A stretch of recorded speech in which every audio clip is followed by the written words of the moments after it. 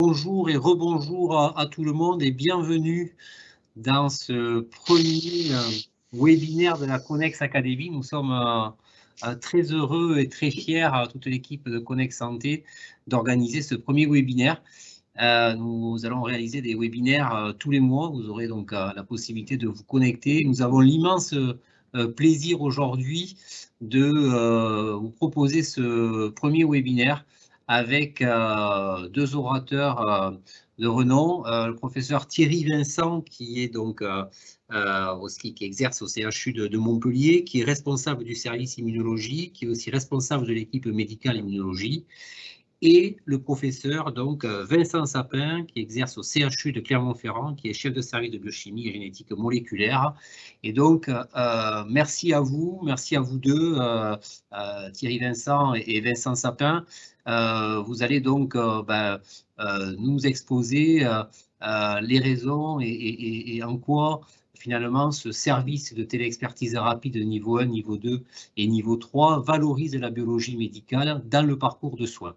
Donc, la parole est à vous. Merci encore. Ce que je propose, c'est qu'on écoute tous le professeur Vincent et le professeur Sapin, et vous pouvez poser des questions au fur et à mesure. Je les poserai aux deux orateurs à la fin. On va leur laisser présenter leur exposé, et donc on restera les questions à la fin de l'exposé. Donc, merci à tous, et c'est à vous donc, Thierry Vincent, pour introduire cette présentation.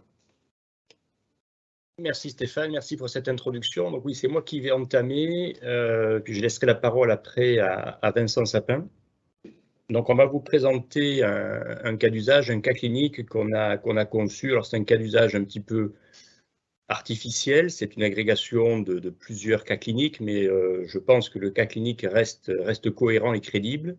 Le but étant de démontrer donc en effet ce que peut apporter la télémédecine et plus spécifiquement la téléexpertise dans le parcours de soins, dans le parcours de soins du patient. Donc, je vais essayer de partager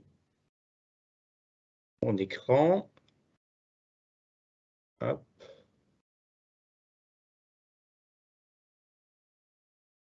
Vous me dites quand c'est bon. Si je passe un diaporama, le voici. C'est bon? Parfait, merci. Voilà. Alors, donc le cas, il est finalement relativement banal, hein. C'est l'exemple donc d'une jeune femme d'une trentaine d'années qui présente depuis au moins 3 mois, ce qui est quand même pas mal, des douleurs bilatérales symétriques d'allure inflammatoire, c'est-à-dire volontiers nocturne, avec un dérouillage matinal, donc quelque chose qui est quand même assez invalidant quand ça dure depuis plus de 3 mois. On peut considérer que c'est chronique. Donc c'est un rhumatisme chronique des petites et grosses articulations. On voit les métacarpophalangiennes, interphalangiennes proximales, épaules, coudes, genoux. On voit sur la photo qui est présentée qu'il y a des signes objectifs d'inflammation. Vous me croirez si je vous dis que c'est rouge, c'est gonflé, donc on a des signes objectifs d'arthrite. Donc on peut conclure qu'il y a chez cette patiente un rhumatisme inflammatoire chronique et relativement invalidant. Devant un tel tableau, on va suspecter donc les différentes hypothèses, le tiroir des rhumatismes inflammatoires chroniques, avec en premier lieu les deux principaux qui vont être la polyarthrite rhumatoïde, même si à 30 ans c'est un peu jeune, mais ça se voit volontiers, tout le groupe des connectivites, lupus et autres, le rhumatisme psoriasique, en sachant que les lésions ne sont pas très évocatrices de psoriasis, qu'il n'y a pas d'antécédents ni personnels ni familiaux de psoriasis, donc c'est toujours possible, mais c'est relativement peu probable.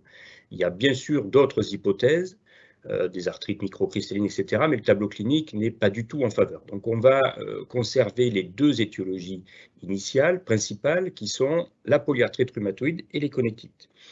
Et devant un tel tableau, le médecin généraliste va se poser la question, quel est le bilan biologique et radiologique à prescrire? On va rester sur la biologie.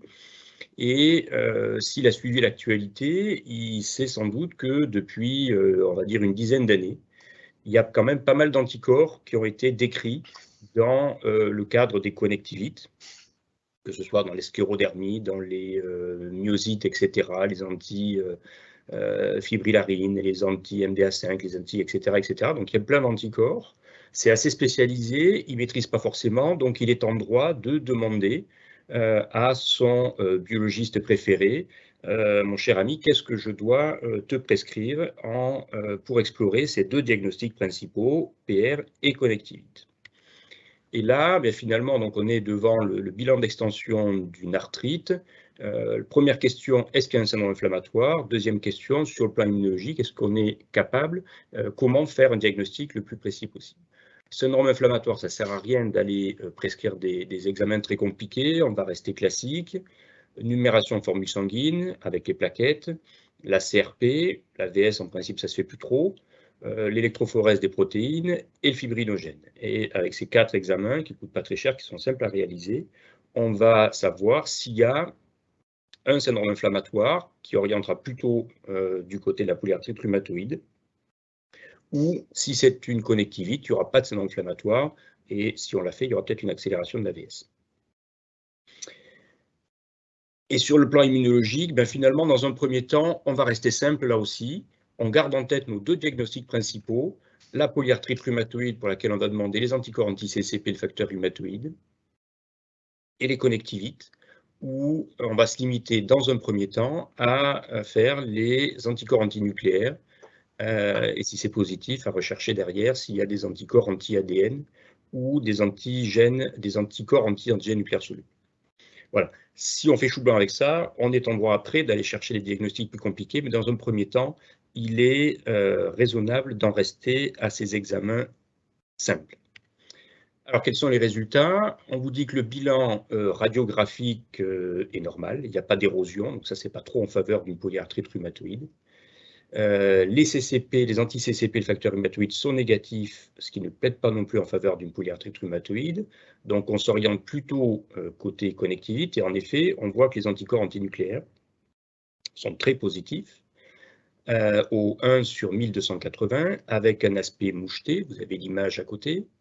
Les anticorps anti-ADN sont négatifs et les antigènes nucléaires solubles, on trouve des anti-RNP à titre très élevé.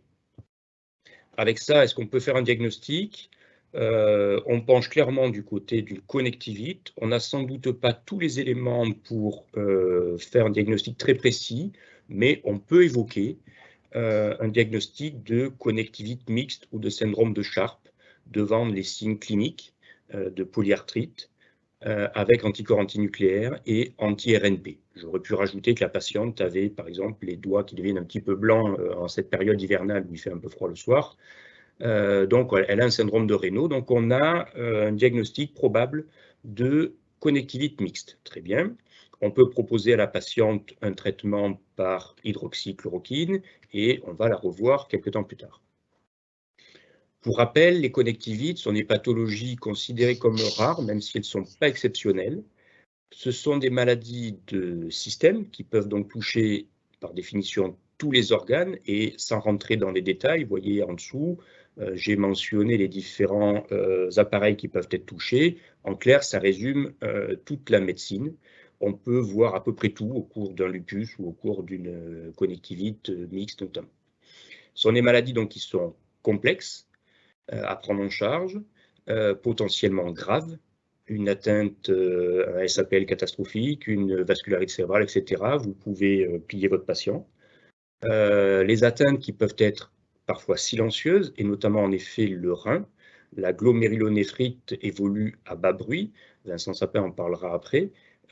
Si on attend que ça parle sur le plan clinique, ça va être trop tard et le rein sera détruit. Donc, il faut penser à rechercher cette atteinte rénale.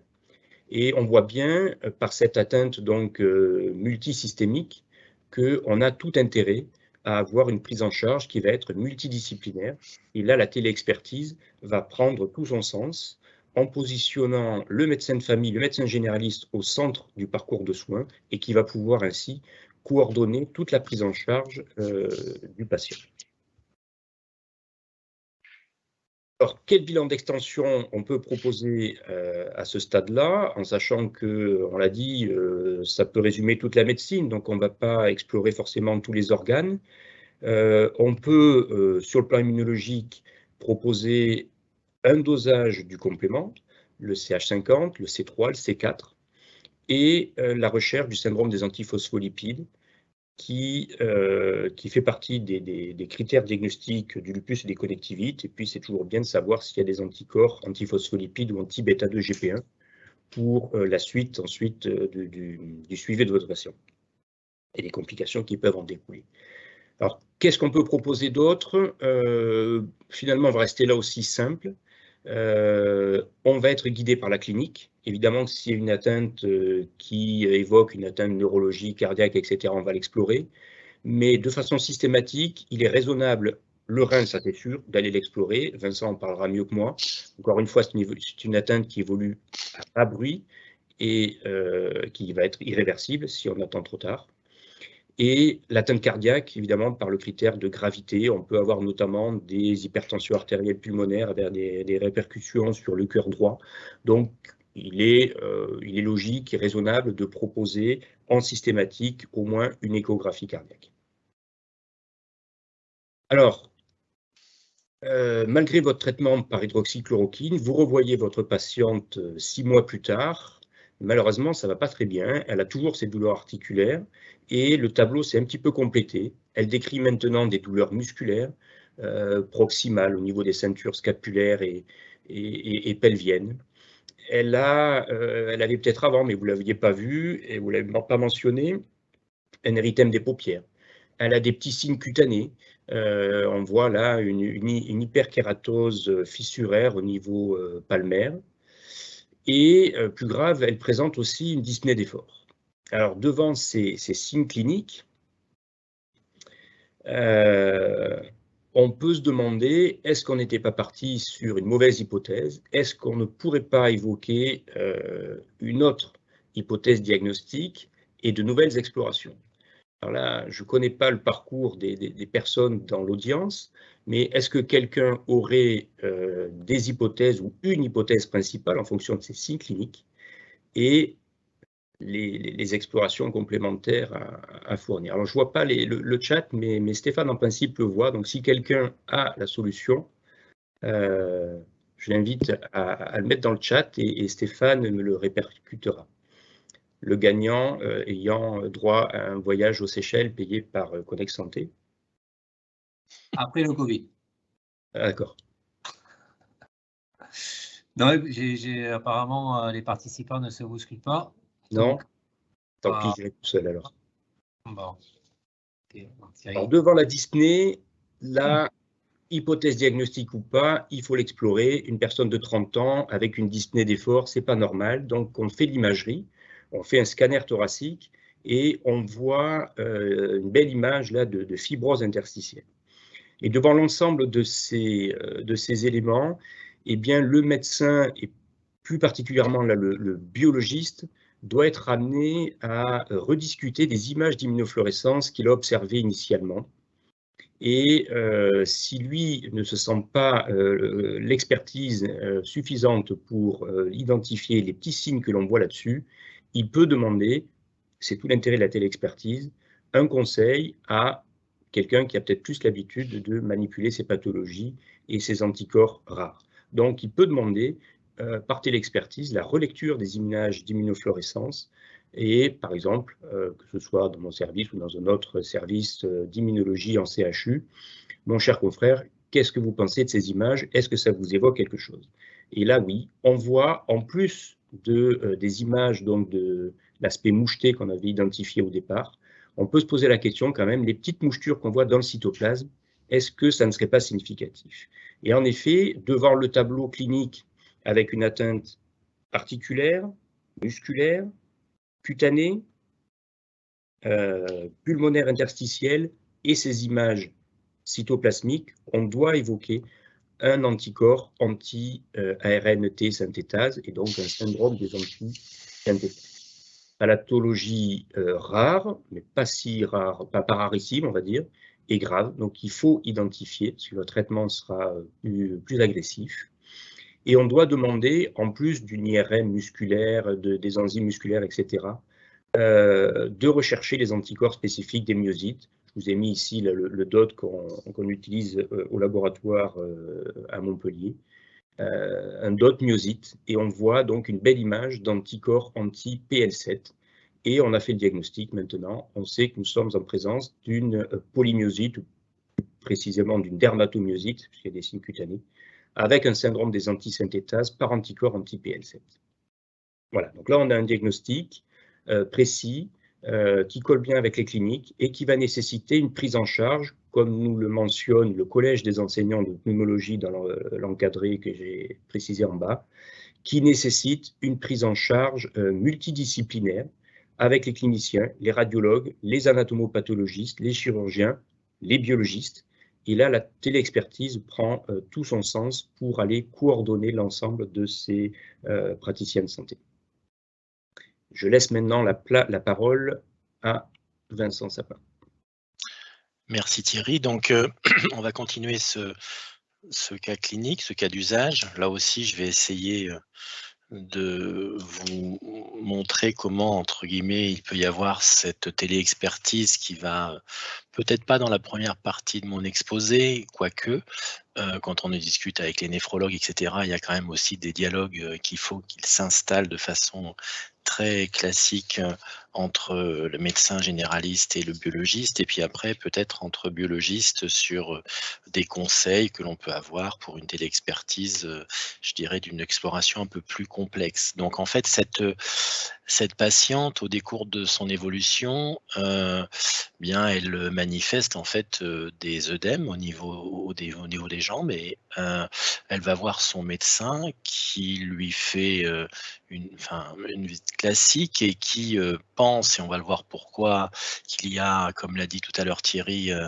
une orientation vers une insuffisance rénale. J'ai été un peu provocant en mettant insuffisance rénale parce que vous verrez tout à l'heure que je serai beaucoup plus précis, et il lui fait une bandelette au cabinet, et la bandelette pour les protéines ressort positif. Donc la première chose, c'est le rationnel de l'hypothèse qui a été évoquée, qui est une anomalie rénale qui est en train d'installer. Est-ce qu'il est justifié? La réponse est oui, puisque le rein, comme l'a dit Thierry, est un organe cible des maladies systémiques dysimmunitaires. On va jusqu'à trouver dans certaines pathologies jusqu'à 12% d'insuffisance rénale aiguë, 20% d'insuffisance rénale chronique, avec très clairement pour ce type de pathologie les glomérulonéphrites qui sont très présentes. Il faut penser par définition que cette atteinte rénale va être favorisée s'il y a des facteurs de risque associés, comme un diabète, mais ce n'est pas le cas dans notre histoire clinique. Et si la patiente ça peut être aussi une insuffisance rénale qui s'installe d'un phase iatrogénique, puisqu'en fait, il y a des thérapies thérapeutiques qui sont néphrotoxiques, ou par exemple les IG intraveineuses qui peuvent avoir des conséquences au niveau rénal. Alors, il n'y a rien de, je dirais, très nouveau, quoique, puisque si vous avez eu l'alerte HAS, il y a un guide du parcours des soins de la maladie rénale chronique qui a été édité par l'HAS en juillet 2021, qui très clairement a comme base le KDIGO, et où vous voyez, entre guillemets, que l'un des facteurs de risque de la maladie rénale chronique que j'ai entouré, ce sont les maladies du système ou auto-immunes. Donc en fait, le rationnel, il existe. Diapo suivante, s'il te plaît, Thierry.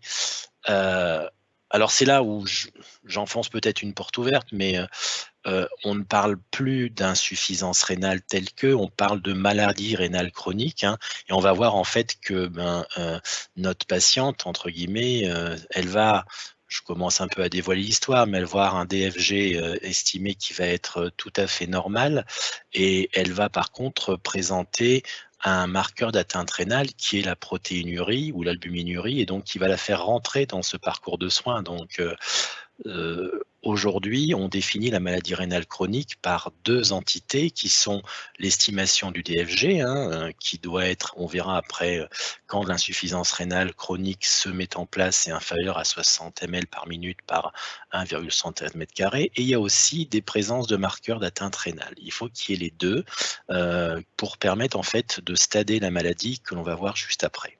Donc très clairement, je vais là aussi enfoncer une porte ouverte. L'insuffisance rénale chronique, c'est basé sur la crétinémie.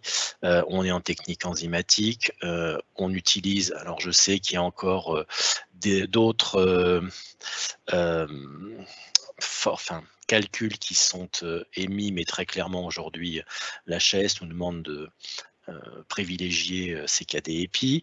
On est conscient qu'il y a des limites à l'utilisation de cette formule au niveau des âges extrêmes, où aujourd'hui, typiquement, on a des formules aussi bien chez le jeune que chez la personne âgée qui peuvent être utilisées.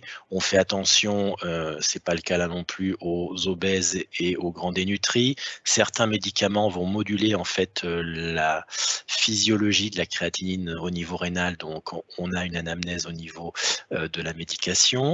Certaines populations ne sont pas encore complètement validées au niveau de cette formule CKD-EPI, et puis il faut faire attention bêtement à une relargage importante lors d'exercices physiques intenses.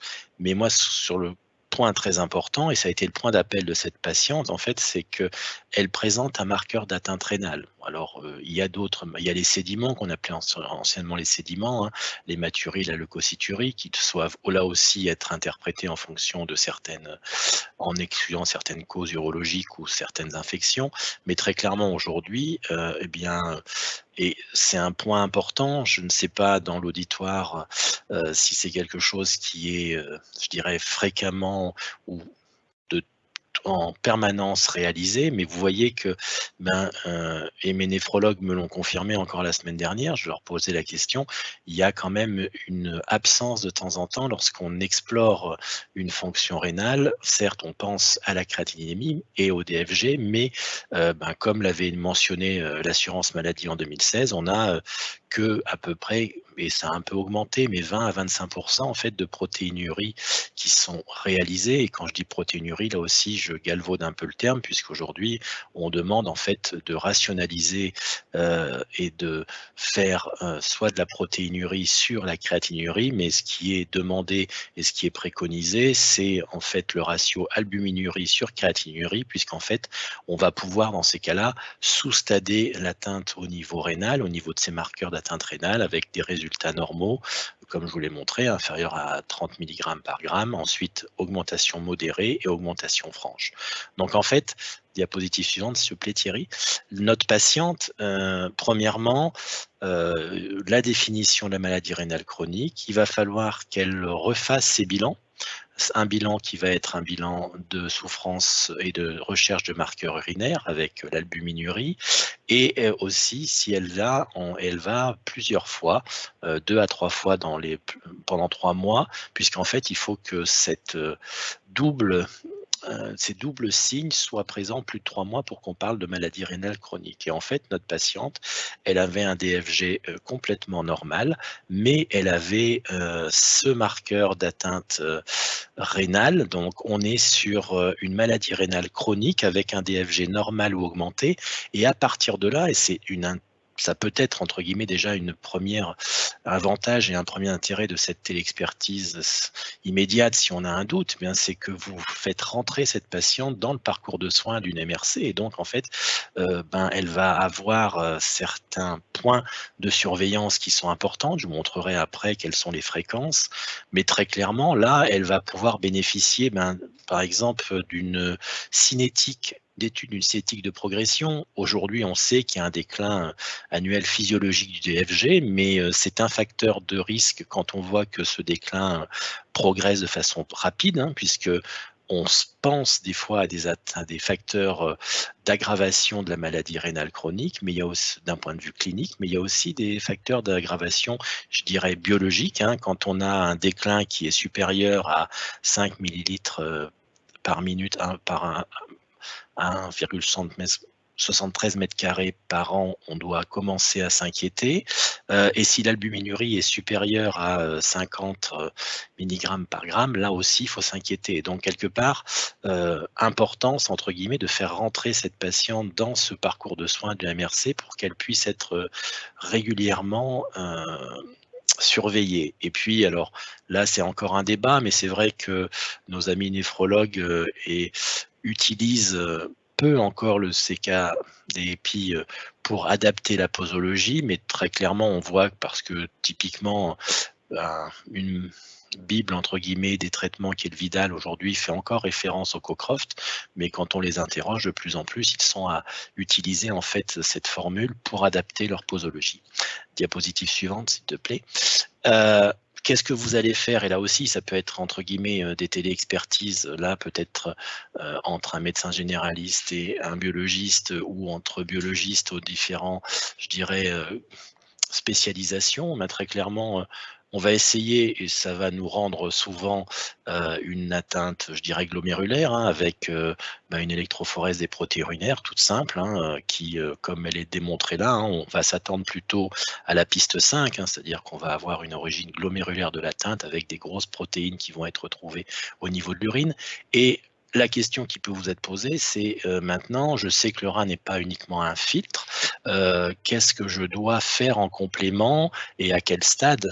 En complément, c'est simple, hein, on va chercher des complications du dysfonctionnement rénal qui va s'installer, c'est-à-dire l'anémie, les troubles phosphocalciques, les rétentions hydrosodées, les troubles hydroélectriques, la dénutrition, et quand on est dans des stades importants, le symptôme du syndrome urémique. Diapositive suivante, Thierry. Et en fait, vous voyez, ça je l'ai pris in extenso du dernier recommandation de l'HAS au niveau du parcours de soins de la maladie rénale chronique, c'est qu'à chaque stade, on va avoir une fréquence d'examen, et vous voyez que pour les stades 1, 2 et 3A, il n'y a pour l'instant pas de recherche, entre guillemets, de biologique, d'anomalies autres que la souffrance rénale d'un point de vue de la filtration au niveau de la créatinine, mais que très rapidement, dès qu'on commence au niveau du stade 3B, vous allez avoir des fréquences qui vont changer au niveau de l'exploration et du suivi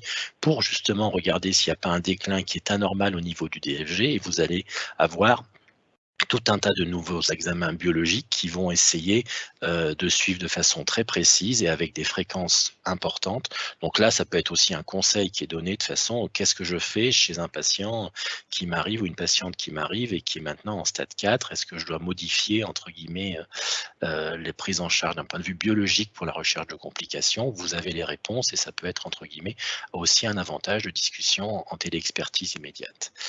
Et le dernier point, c'est que malencontreusement, comme l'a dit Thierry, bien potentiellement, il peut y avoir, entre guillemets, une évolution vers une insuffisance rénale aiguë. Alors là, on est vraiment dans le conseil en téléexpertise, je dirais, immédiate, très poussé, mais très clairement, on sait maintenant que, justement, pour cette patiente qui a un début de maladie rénale chronique, on sait aujourd'hui que l'estimation via la créatinine n'est peut-être pas aussi performante qu'un autre marqueur qui est utilisé beaucoup moins rarement, mais qui a aussi ses formules, qui est la cystatine C. Aujourd'hui, on sait qu'elle est plus performante au niveau de l'estimation du DFG pour les insuffisances rénales chroniques débutantes. Et puis, malencontreusement, la patiente, elle peut arriver en insuffisance rénale aiguë, donc ça peut être une décompensation assez rapide, donc vous pouvez être, entre guillemets, amené à avoir ce type de bilan biologique à interpréter. Et là, on voit qu'aujourd'hui, majoritairement, c'est basé sur des modifications du DFG ou de la créatininémie en, je dirais, delta. Donc, c'est, entre guillemets, peut-être quelque chose qui va être un peu limité, puisqu'en fait, quand la créatininémie commence à être vraiment bougée, c'est qu'il y a eu déjà du dégât néphronique. Donc aujourd'hui, on va être peut-être amené, quand vous avez ce type d'évolution, à regarder si c'est une insuffisance rénale aiguë fonctionnelle ou organique. On a tout un tas de dosages qui se font très simplement pour voir si c'est plutôt fonctionnel ou plutôt organique. Et après, vous allez avoir ces nouveaux biomarqueurs. Et là, on peut voir aussi un intérêt, comme le disait tout à l'heure Thierry, un envoi vers un centre spécialisé. Il y a aujourd'hui des centres spécialisés qui peuvent permettre de doser des marqueurs qui signent de façon beaucoup plus rapide l'entrée en insuffisance rénale chronique. Je n'ai aucun lien d'intérêt avec ce que je vous présente, mais c'est vrai qu'aujourd'hui, on a, pour les atteintes tubulaires, le NGAL et le NephroCheck, qui sont des biomarqueurs qui sont utilisables et qui sont installés sur des machines et qui peuvent répondre, entre guillemets, à ce questionnement. Mais je dirais que quand on est à utiliser ce type de biomarqueur, on est vraiment sur une insuffisance rénale aiguë qui commence à être parlante d'un point de vue clinique et qui va peut-être nécessiter après un transfert au niveau néphrologique ou réanimation. Donc voilà, il existe aussi, et là c'est peut-être la veille scientifique qui peut être entre guillemets identifiée par cette téléexpertise immédiate. Il y a aussi des marqueurs d'atteinte glomérulaire comme la podocalcine qui est aujourd'hui quelque chose qui est dosé dans certains centres experts et qui peut répondre, je dirais, dans un deuxième temps à cette exploration au niveau de l'insuffisance rénale aiguë. Et je vous remercie de votre attention. Merci, professeur Vincent, merci professeur Thierry Vincent et Thierry, pardon. On peut peut-être ouvrir les questions. Je vous invite les participants à poser des questions.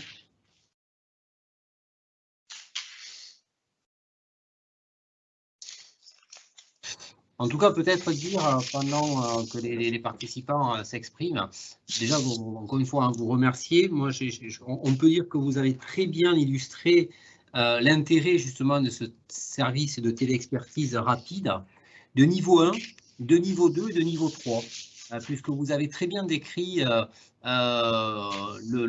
l'intérêt aussi bien entre un médecin généraliste et potentiellement un médecin spécialiste, mais aussi entre médecins spécialistes et biologistes, entre biologistes, et aussi, on a bien noté ce qu'apporte le Connect Santé, en plus cet accès aux experts, hein, cet accès donc au troisième recours avec des plateaux techniques spécialisés qui vont permettre justement de développer des nouvelles techniques et accès donc aussi à des nouveaux marqueurs. On voit également, je trouve que ça a été très bien décrit aussi, merci à vous, comment finalement cette téléexpertise immédiate apporte un intérêt pour le patient. Alors, on va raccourcir les délais. J'ai bien noté que cette patiente, grâce à une téléexpertise immédiate, eh bien, elle va rentrer rapidement dans un parcours de soins MRC, qu'elle soit régulièrement surveillée. On sait très bien comment quelles sont les complications qui peuvent survenir lors d'une MRC, et on va pouvoir modifier rapidement les traitements. Donc, merci à vous, c'était très clair. Je pense que là, alors si, donc j'ai une question. Est-ce que vous êtes déjà inscrit sur Connect Santé avec des plages disponibles? Donc, peut-être Thierry Vincent et Vincent Sapin, vous pouvez répondre. Alors, pas encore, mais ça devrait voir le jour bientôt, j'espère, oui.